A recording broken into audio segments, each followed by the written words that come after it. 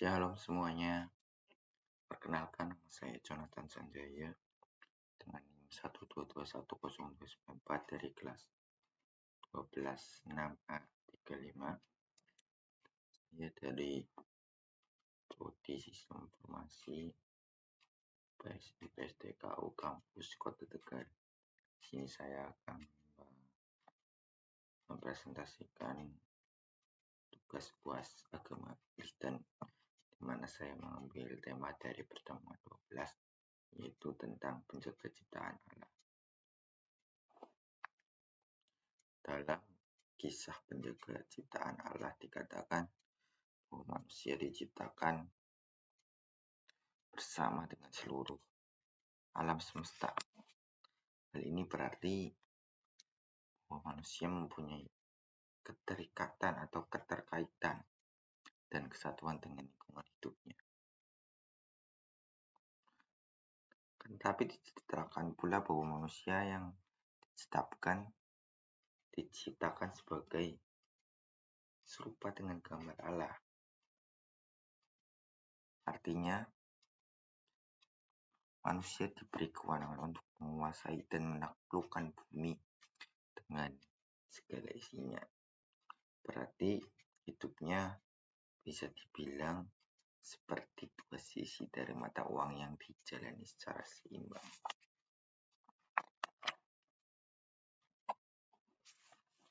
Lalu tidak dapat dipungkiri bahwa keterikatan manusia dengan alam membuat manusia bertanggung jawab penuh atas kelestarian alam yang ada di sekitar.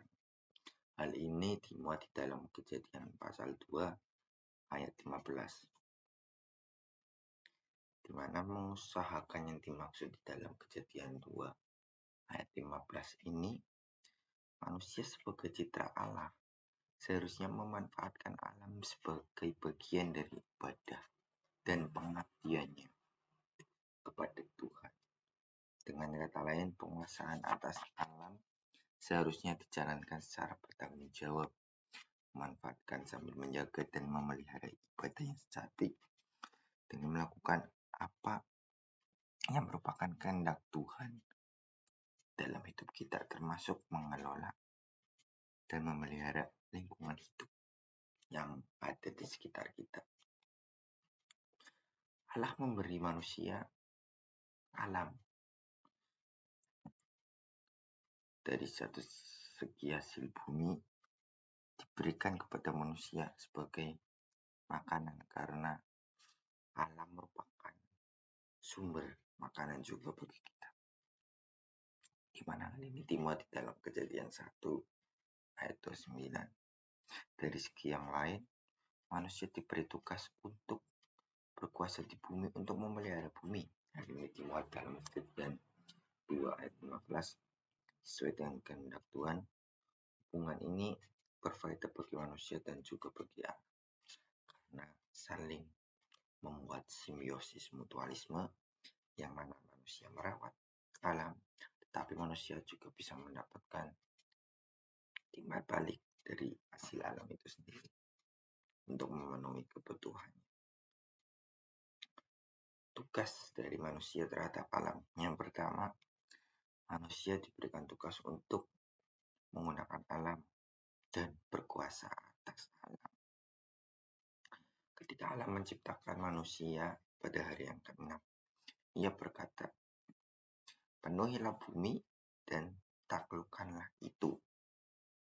Berkuasalah atas ikan-ikan di laut, burung-burung di udara, dan atas segala binatang yang merayap di bumi." Manusia diberi tugas untuk membimbing dan menjinakkan alam. Dalam hal ini juga termasuk merawat.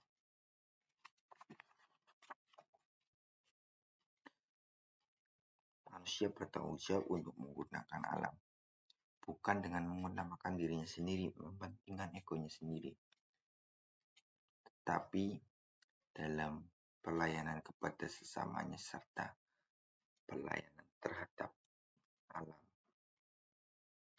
Karena bagaimanapun juga alam itu merupakan ciptaan Tuhan. Di sisi lain, alam juga sering digunakan dengan mengabaikan tugas dari Tuhan, yaitu untuk menjaga, merawat, dan mengagumi alam. Karena banyak di negara-negara maju, alam sudah mulai ditinggalkan, istilahnya mulai dicampakkan, tidak diurus, di mana manusia modern ini kehilangan sikap yang lembut terhadap alam, yang menggunakan alam untuk memajukan diri, memajukan bangsanya, memajukan kotanya, tapi melupakan perawatan terhadap alam itu sendiri. Ini yang tidak boleh dilakukan, karena ini merupakan sikap egois. Prinsip utama yang mendasari pandangan orang Kristen tentang lingkungan hidup ialah bahwa manusia adalah milik Tuhan. Yang menciptakan dan memelihara dunia juga memiliki alam dan mempunyai kewibawaannya di atasnya. Tuhanlah yang punya bumi serta segala isinya, dan dunia serta yang diam di dalamnya. Sebab dialah yang mendasarkannya di atas lautan dan menegakkannya di atas sungai-sungai. Hal ini dikatakan di dalam Mazmur pasal 24 ayat 1-2.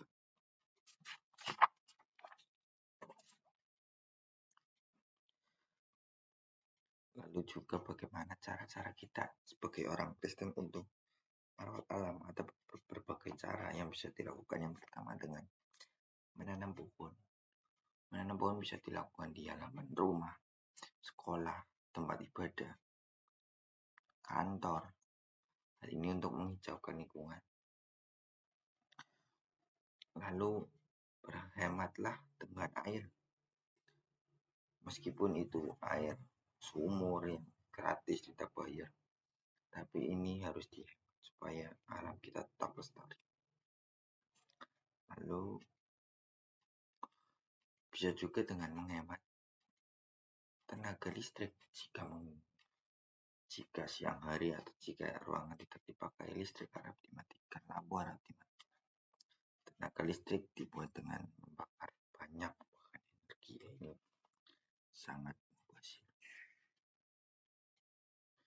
Jika bisa, kita harus menggunakan sepeda.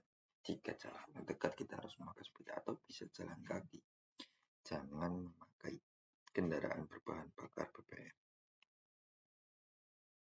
Lalu jangan membuang sampah sembarangan.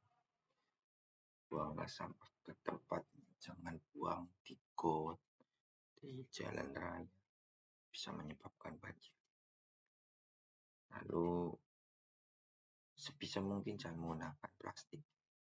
Jika kita membeli minuman, kita lebih baik membawa tumbler sendiri.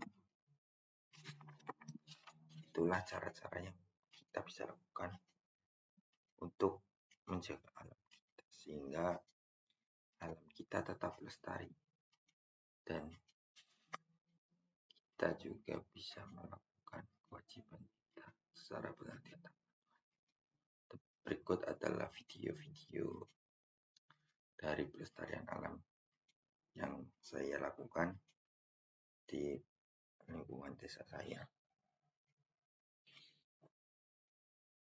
Lalu berikutnya saya tutup. Terima kasih atas perhatiannya. Selamat pagi. Shalom. Segala dentingan melodi tak sanggup ungkapkan betapa megahnya keajaibanmu. Segala untaian puisi tak mampu tuliskan betapa indahnya dan agungnya karyamu. Kau yang merajut segala kehidupan dengan jarimu yang mulia. Puja dan puji beri tatamu, semesta bernyanyi. Besarkan ajaib perbuatanmu,